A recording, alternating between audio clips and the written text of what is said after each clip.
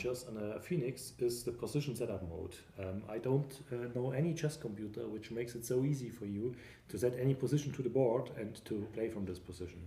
And I'm quickly showing you how this works. This is again in the mode menu and then the position function. Okay, now we are already in the position function. We see here the live board. We can reverse the board. That means that the black pieces play the board up. And we can select whose move is it after the position setup, and we can set the castling rights. We simply remove the white pieces now here. So we would have now classical handicap game. White has only the king, the queen, and the pawns. Black has all the pieces available. We confirm the position, and that's it. You can see that the position is already set. Now, for example, you can use this very good as a training method when you play at a very strong setting to give the white pieces to the computer and you take the black pieces. You do this by simply starting to press the move button. Computer is starting to calculate, and immediately you see how the rating is changed. So that gives a very strong indication, of course, that the black pieces have a much better chances now to win than the white pieces. Here's the move, and now I can simply play the black pieces against the computer with reduced material. So this is a very good way also for training. Or what you can do when you play with unexperienced chess players or with young kids, you can in this way extremely easy set up any position and play handicap games, for example. Okay, so far for the position setup. We will now have a look into the online play function. Now we are showing how to play online from the chess computer on Lichess. This is here to play online function, which connects you directly to the Lichess server from the Mephisto Phoenix. So we just started, and we see the computer saying connecting to network. Of course, you have to set your Wi-Fi parameters in the play against computer mode once. Once this is done, each time when you say connect to Lichess or play online, it will automatically activate the Wi-Fi and starting the app.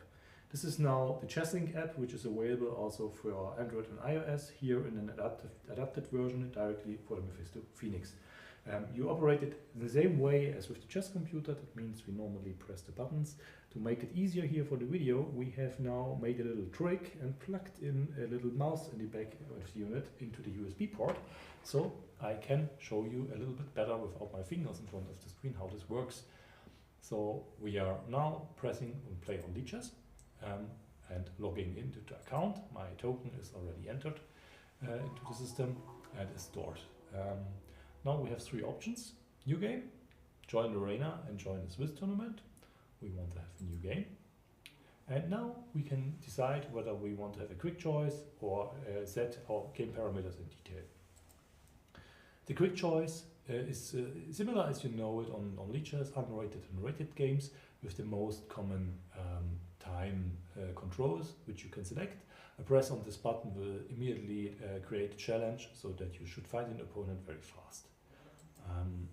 The detailed search, you can set the parameters like the starting time, the increment, if it's a rated or unrated game.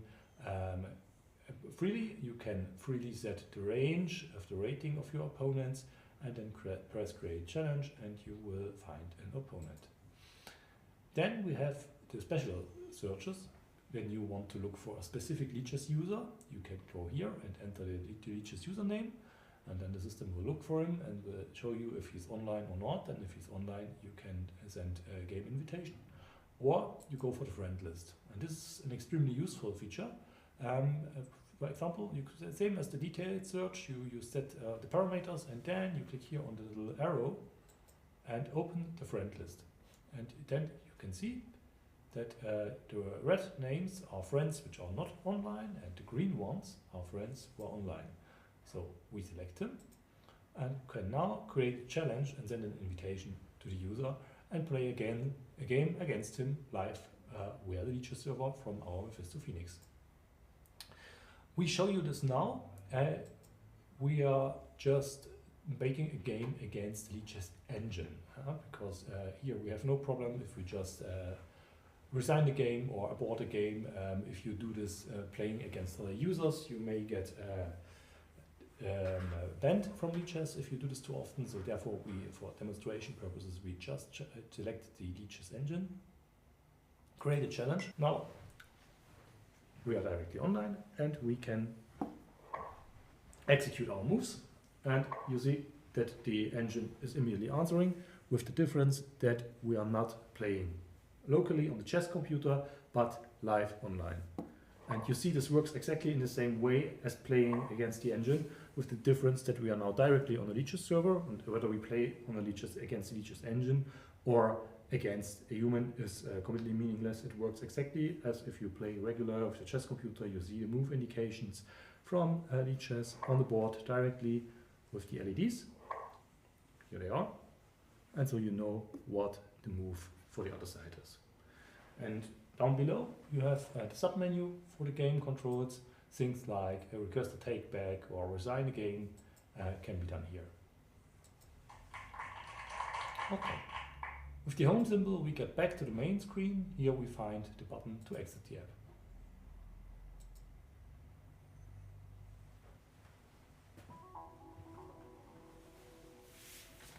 Okay, now it's time for the retro emulations,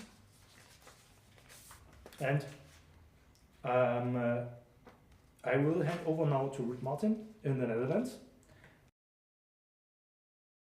He will tell us about the play retro mode and why we have all these nice old chess programs now in the Phoenix. Ruud, welcome to our video.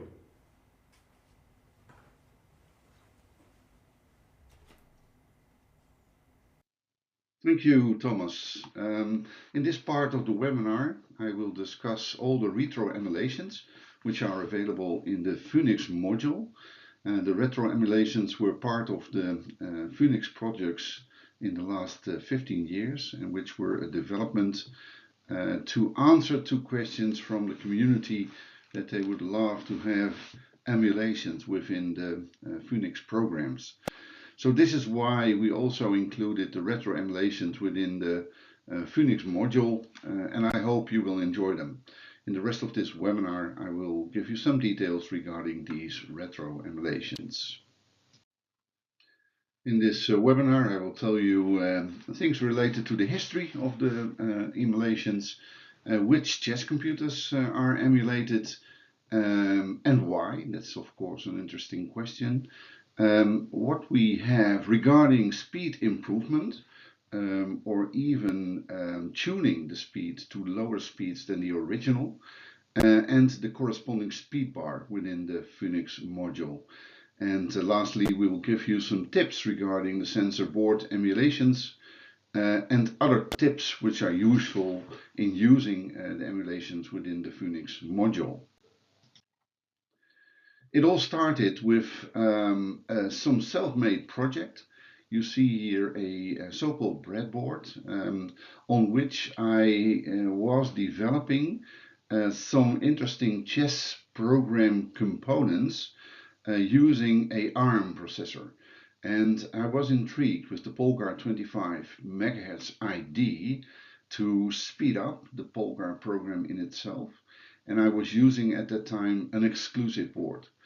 In this photo you see the modular board, and this was the first development I made, and it was focused upon the Polgar because it uses the 6502 processor, which is a well-known processor to me because in the past, when I was young, around 15 years, I created my own chess program. Not really impressive, but it worked and you could play a game against it. I did this for about 2 or 3 years, never realizing that this was an interesting development. And I also never knew about the wide chess computer events over the world and the whole idea regarding programming chess programs. So this was only part of my idea regarding chess computers. And around 15 years, maybe 20 years ago, this was my first project. It was a complete emulation of the Polgar with a 6502 processor emulation, and it worked. You can see the 8 buttons, 6 in effect. You can see the small 2x16 display also on this breadboard, and it functioned, and it was very pleasing to know that you can run a Polgar program which was originally around 5 MHz at 25 MHz. The history in itself, it all started with the Resurrection module in 2004. It was on the Kaufbeuren event where I introduced this module. It was an idea regarding a complete module in itself with a strong chess engine, and it contained at that moment Resurrection Ruffian, the program Ruffian, which was a very strong program at that time. And the interesting idea regarding the Resurrection was that I created it, and it was the first time that I also noticed that there was interest from the community all around the world to also possess these modules.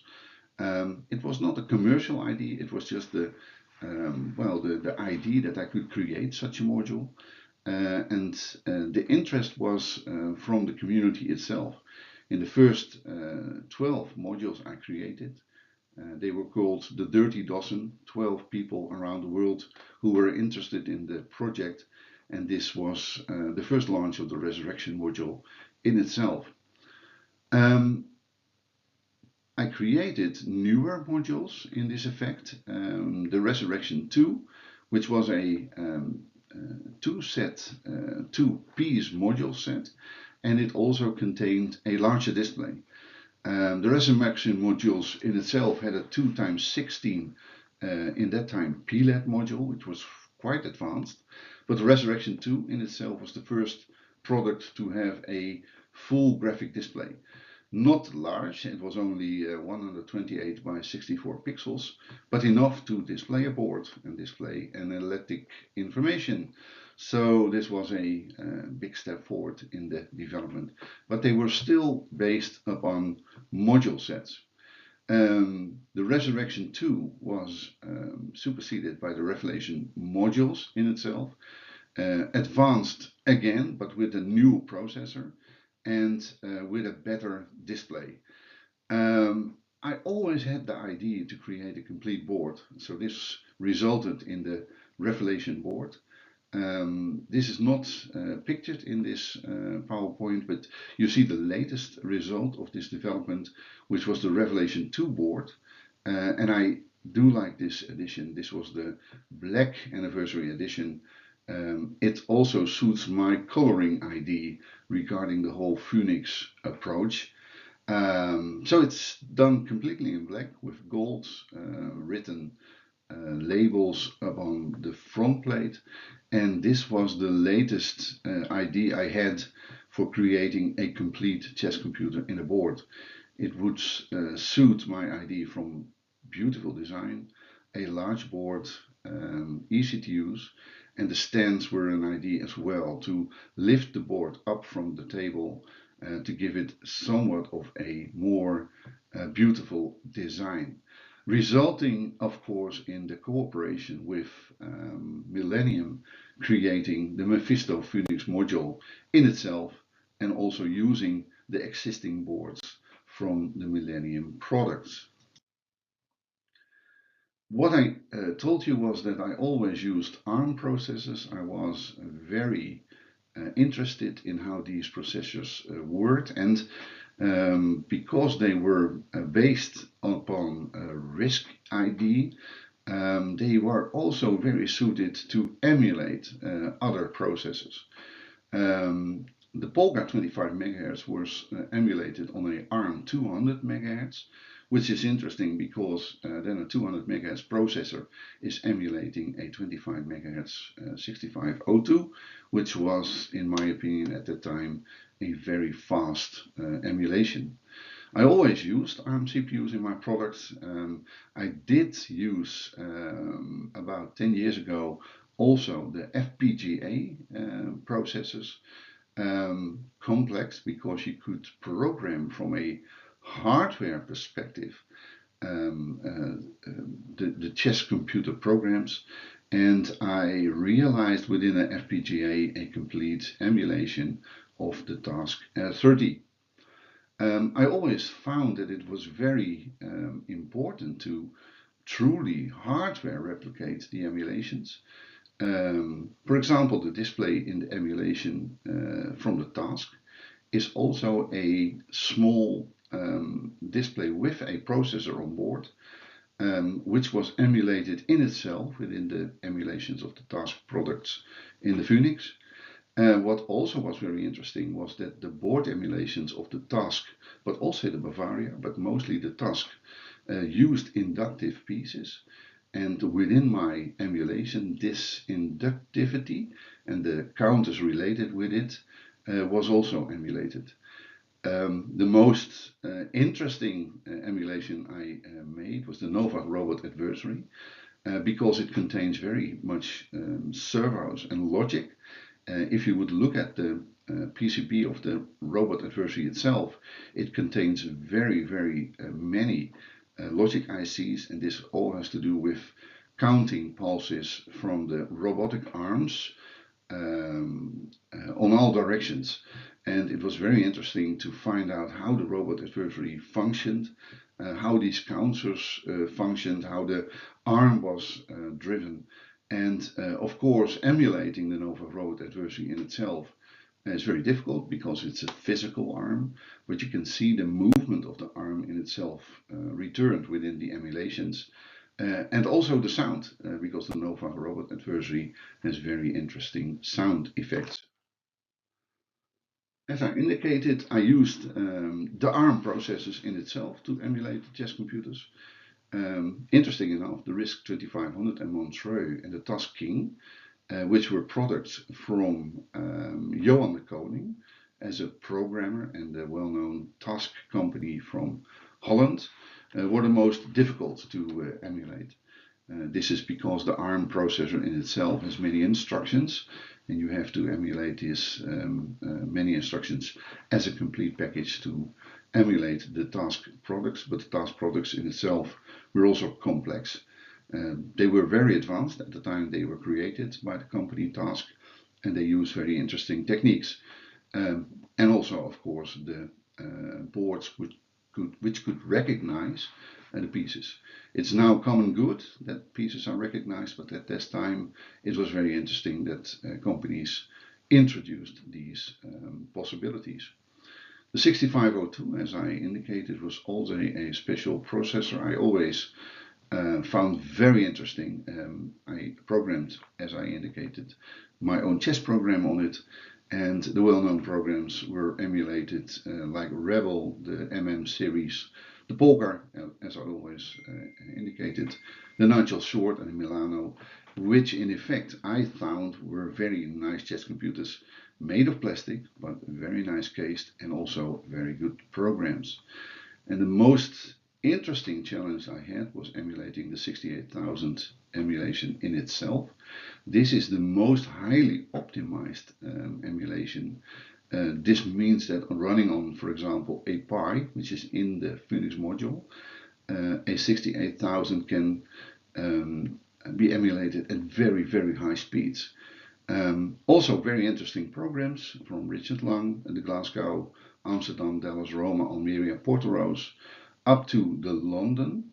Not all by Richard Lang, by the way, but the last suites and the most interesting programs who always were very on top of the chess computer events and the world championships from Richard Lang. So they were very interesting to be emulated. Additionally, in the Phoenix module, you can also emulate the Super Expert, Diablo, Elite Avant-Garde, Corona and Sphinx programs. But due to the copyright problems, the programs are copyrighted, we offer the emulations in itself, but you do have to insert the ROM content by yourself in the Phoenix module. This is described in the manual, so if you have these systems available and you have the ROMs from these systems available, you can also unlock these in the system itself. So what about improvement in speed, which is of course the most interesting aspect of the emulations in itself?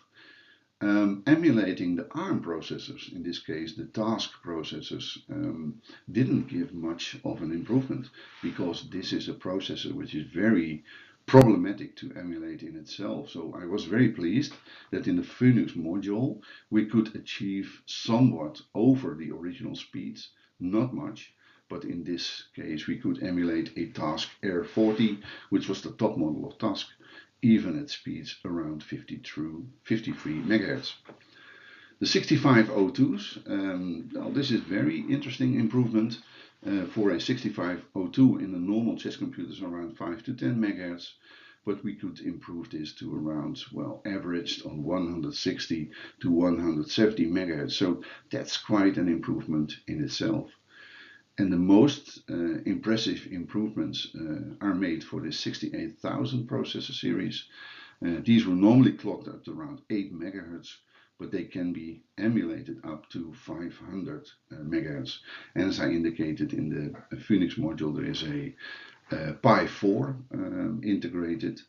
I am working on a faster processor, and this could probably achieve above 1 gigahertz emulated speed for the 68,000 processor.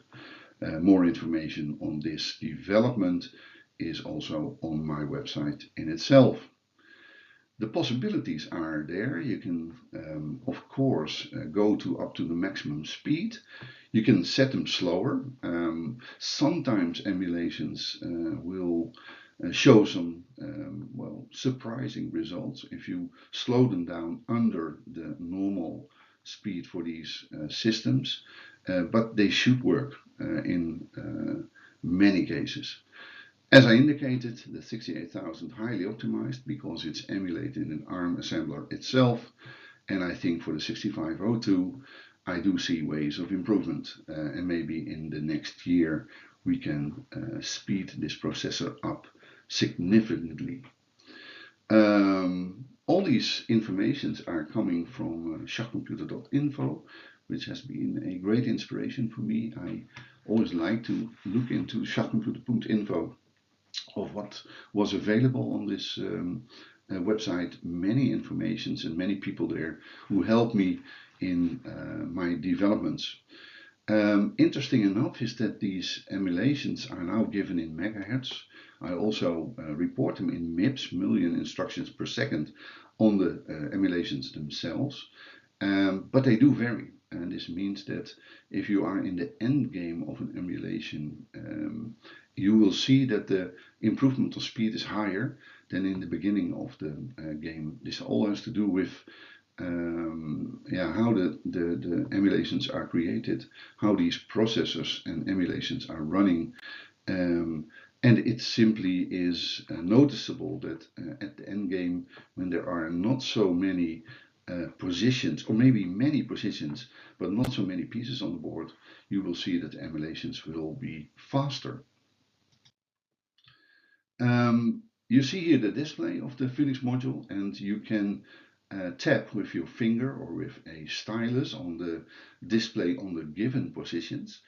3 in itself is the whole speed bar, and you can drag the maximum on which you would like to emulate on this speed bar. For example, if you would put it on 100, it will emulate at a maximum of, for example, 100 MIPS. But you can switch easily between minimum speed and maximum speed if you tap on 2. So on the left, it will go to the minimum of the speed for the given emulation. And if you tap 2, it will be fastest possible. This will mean that you will not reach this maximum speed because you set the maximum to a upper limit, and it's up to the emulated program how far the speed of the emulation will go. We have also built in a special position 1, which is the middle of the display of the emulated system. If you tap there, it will provide you a possibility to switch to the original speed. And if a system has more of these original speeds, it will give you the possibility to switch, for example, between a tournament machine on 36 megahertz or a tournament machine on 66 megahertz. But anyway, if you press 1 multiple times, it will loop through the preset speeds, the original preset speeds. And of course, if you loop till the end, it will switch back to the maximum. So you have a direct selection on the emulation speed, and the speed bar given under button 3 is the speed bar where you can set the speed for the emulations in itself. On the left you will see a percentage and also a number which will indicate at what MIPS, million instructions per second, the emulations are running. You can see this also within a video. I will start the video. This is the Mephisto London, and you now see at 460 megahertz that it is at full speed. You now switch to the 68,000 preset selection, which is a 68,000 at 12 megahertz. You can tap minimum, so you see that it will drop down to 2.5 megahertz, and you can set it to maximum, and in this case it will run at 24 megahertz. So you have the possibility to detail the given presets to a specific setting. You also see the tournament machine 36 megahertz. You will see the tournament machine 66 megahertz, and then it will return to maximum speed. So you can set the speed bar to all kinds of presets, and you can play then the systems on the normal speed of the system. You also saw in this presentation that you can drag the maximum speed with your finger, so you can set this to all kinds of speeds you desire. Then, interesting enough, there is also the RISC 2500 and Montreux. And why are these interesting? On all emulated systems I now introduced, there was or a piece recognition board, or there was a magnetic sensor board, which will mean that the pieces are recognized through magnetic sensors or direct sensors. On the Montreux and the RISC 2500, they are called pressure sensor boards. So normally on these plastic boards, you will have to press the piece once to indicate that you lift the piece, and you will have to press the piece again on a new field to indicate that you place the field or the piece on that field. Because the board we use on the Phoenix module in itself is a sensor board, like a magnetic sensor board, it's piece recognition. There has to be a translation between the magnetic sensor and the pressure sensor board. This means that it is converted as good as possible, but in the manual there are hints given on how to operate these pressure sensor boards, because there are quite different aspects in how you play on these boards. If you have questions regarding this, check the manual, or people in the schachcomputer.info will probably help you out for these questions. Also interesting on these systems is that these systems don't have a LED on every field. This means that the RISC 2500 and the Montreux have LEDs indicating on which row or on which column the indicated piece is given. And this also means that these LEDs are also emulated. So you will not see a LED indicated on field E4, but it will be indicated by LEDs given on the E column and the 4 row. So people always ask me, why are these LEDs so strangely given? This is not a bug, but it is implemented as a true emulation of these systems in itself. If you would have the system yourself, you can easily see how this emulation is created. But if you don't own the board, please be warned that this LED signaling and these pressure sensor boards can behave differently, and you have to know how you must operate them. Interesting enough is the free analysis function, which is frequently asked. This is not in the normal firmware available. It will be available soon. We are working on it. But as a tip, in the task emulation itself, this is already available. So if you start the task emulation and you place the system in the free analysis mode, you have free analysis also available for your convenience. Well, this concludes my part of the webinar for the Retro Emulations. I was very pleased to help you out and give you some insights on the emulations in itself. Interesting enough, you see in the left down corner a picture of a painting I have created, which contains all interesting aspects of my ambition and passion in chess computers. So it's the Phoenix Firebird. You see the black edition of the Revelation board, and you see the fire coming out of the ground, and it all has to do with the idea that Phoenix was founded to recreate the old chess computers and also new chess computers after the period of Deep Blue and the Windows PC chess programs. It was always my idea that it's far more interesting to sit behind a board and play chess on the board than having a PC as a adversary. So it was very interesting for me to create this webinar for you in English. It's always, it's also available in German. This is the English variant. So that's it for the emulations part of the Phoenix in this webinar. I hope you have gotten the better view of the emulation suite. And for now, let's go back to Thomas. Thank you.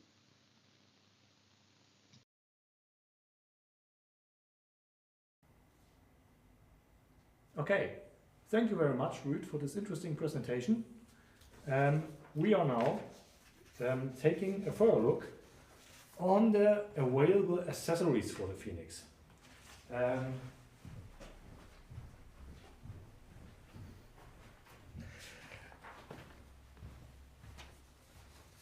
So, accessories for the Phoenix. We have several things which you can select.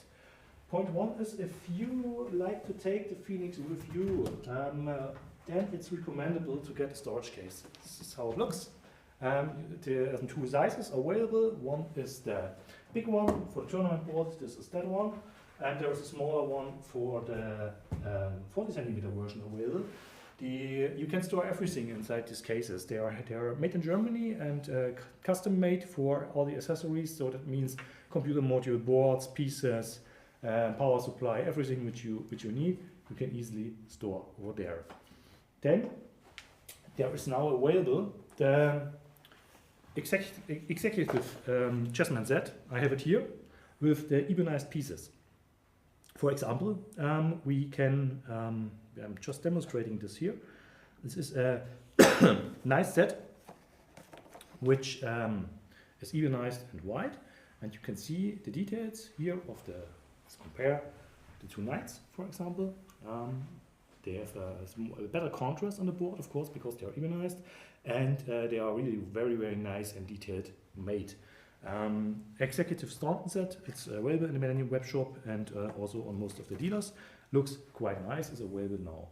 Third option, if you want to use your own chessman, is now also available. You can get the RFID ICs as individual pieces. There's an instruction how to modify your own pieces so that they work with this board. It's very essential that you read this instruction carefully up front because not all pieces are compatible to the technology. That depends very much on the weight which is inside your pieces. So check this out up front before you start any modification of your chessman. And then we have two additional software packs available for the Phoenix meanwhile. One is the engine pack. I mentioned this before already. That means that you get additional engines. That means Layla, Commodore Dragon 3 and Ginkgo engine, which is from Fritz. And brand new also available is Chessconnect. Chessconnect on the Phoenix is, I can show it quickly here as well. Chessconnect is started here by the main menu, play Chessconnect, if you have bought the license for this additional software pack, and this gives you access to the original surfaces of Lichess and chess.com. Procedure is similar than with the play online function, and the difference here is that you can make use of a lot more functions than in the play online section. The play online section was made in a way that it is maximum user-friendly in terms of what you can do on Lichess, whereas Chessconnect tries to give you as much possibilities of the original platforms. And we have here chess.com and Lichess and the exit of the app. So we are just starting the chess.com app and logging into our account.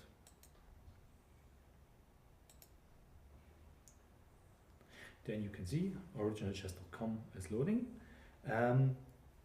And now we have, for example, access to the chess.com bots, which is a feature which many people asked for. So we find this here, play against bots.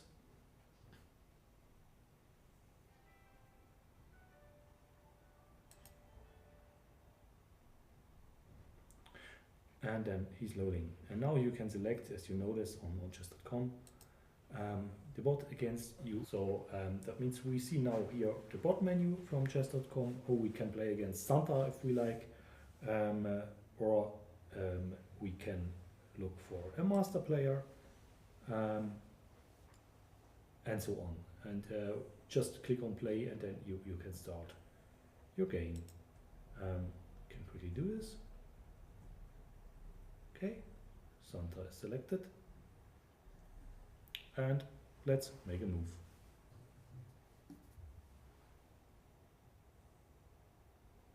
Takes a while until chess.com reacts.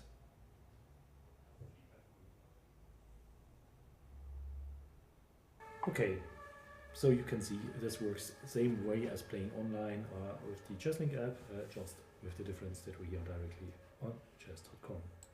Now let's give up, so Santa will be very happy. And with this button here, you can leave the chess.com surface. Yep, we want to leave.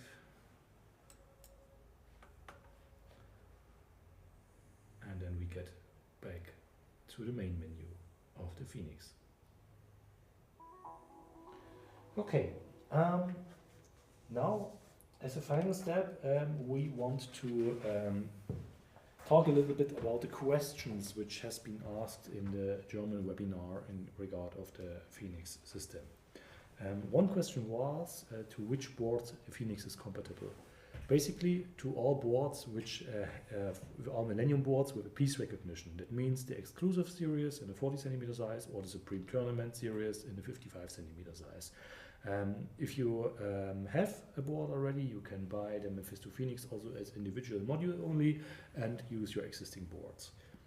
What you cannot use is the E1 board, because the E1 board has no piece recognition, and then certain functions like the position setup would not work. So therefore we see here the piece recognition boards for this unit.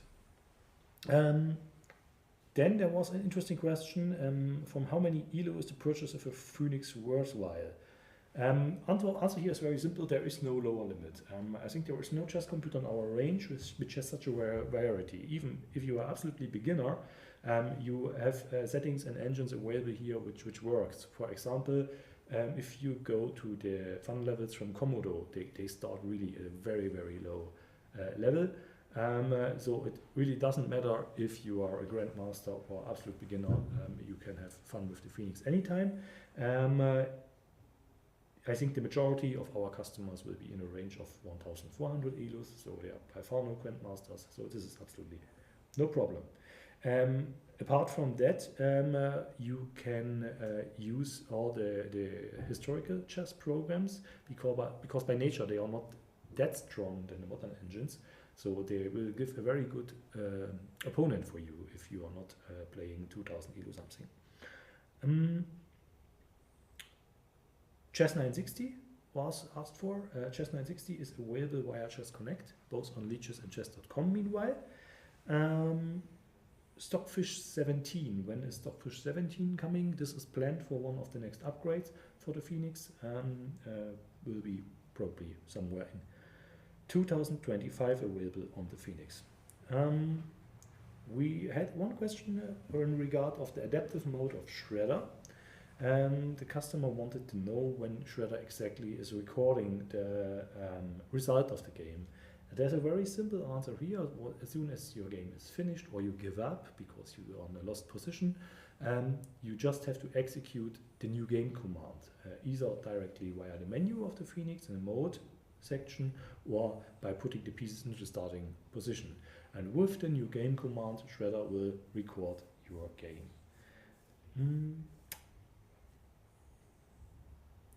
Then we had a question in regard to the profile extension for the other engines. The engine pack is available for almost 1 year now, but the profile editor is just for the 3 main commercial engines which are delivered with the Phoenix. Why is this the case? Answer here is relatively simple. We have not much feedback in regard to the profile editor, so we don't know if people are really using it. So if it is interesting for you to work with the profiles, to have also Layla or Ginkgo or Dragon 3 or Stockfish into the profile mode, it would be helpful if you let us know, because then it would be one of the next development steps to upgrade this profile editor. Some people asked about additional emulations for the Phoenix. Now this is quite a difficult topic because to make an emulation available on the Phoenix, there needs to be several preconditions fulfilled. One precondition is that we need to have the rights to do so. That means we need to find the original developer and get a license agreement with him, which is sometimes not so easy because these programs are all from the 80s or the 90s. And the people who made them are sometimes they're not existing anymore, or the rights went to another party, but nobody knows to whom. So without having the rights, it doesn't make any sense for us to invest development time into such new emulation. And of course, Ruud cannot emulate all the processors. So it needs to be a program where the rights are available, and it needs to be running on a processor which we can emulate. So a lot of challenges here to do this. So from these emulations which are inside the Phoenix, all these situations are clarified. That's why we can do it. But doing it for any emulation or doing it just so is a big deal. This is not that easy. One guy asked for heavier chessmen. Now the chessmen used here are already quite heavy. Yeah? They give a very solid, nice feel. The weight is in the bottom, so it feels very nice. Make them even heavier is practically almost impossible. The point here is that the RFID piece recognition excludes some materials. Everything which is magnetic, for example, does not work because it will kill the RFID signal. So therefore there is not so much options. And for example, we are not allowed to use lead because this is an electronic product, and lead in electronic products is forbidden under the RoHS restrictive. So there's one material available which would lead to much heavier pieces, which is tungsten. However, tungsten material is that expensive that we would look at around about 600 to 700 euros for a full set of pieces, which is, I think, by far more than anybody would spend. So therefore, this is something which is simply technically impossible in a moment. And final question, what is the next big thing coming on the Phoenix? You know, the Phoenix is permanently under development. We try to improve and upgrade the features frequently. And one nice function which we are currently working on is the so-called free analysis mode. Free analysis mode means that you can move the pieces freely on the board, forward or backward, and the unit will automatically restart calculation for the side which has moved as last. And this is already in progress. Ruud is in the programming phase, and I'm pretty much sure that this will come as an upgrade during next year. So stay tuned. We hope you liked this video and got a good overview over the Phoenix. Big thanks from my side to Ruud and Wolfgang for helping here to make this video for you guys possible. I hope you like it, and we wish you a nice time and enjoy playing chess. Bye-bye. Allemaal zo. Yep.